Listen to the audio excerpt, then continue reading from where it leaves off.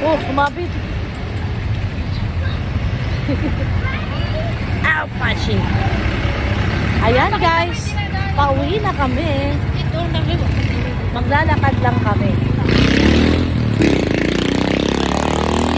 Para malusaw ang aming unahin. Ayan. Mula dito sa SM, pauwi sa bahay namin. Maglalakad lang kami. Ayan. Ayan ang pila ng aming tricycle. Nakatingin sila sa amin, akala sasakay kami guys. Hindi kami sasakay kasi sayang din yung 40 pesos, di ba? Eh 40 pesos din kami kasi 30 ang istasyon, tapos 10 pesos additional na pasahero.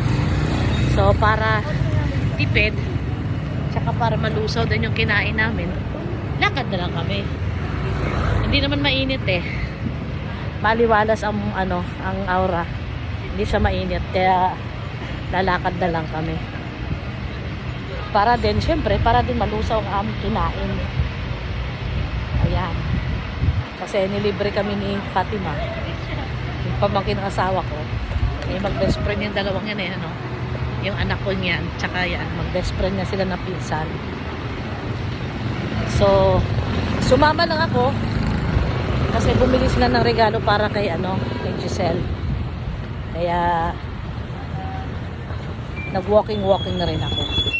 So mamaya guys, mag-video ako ulit. Bye!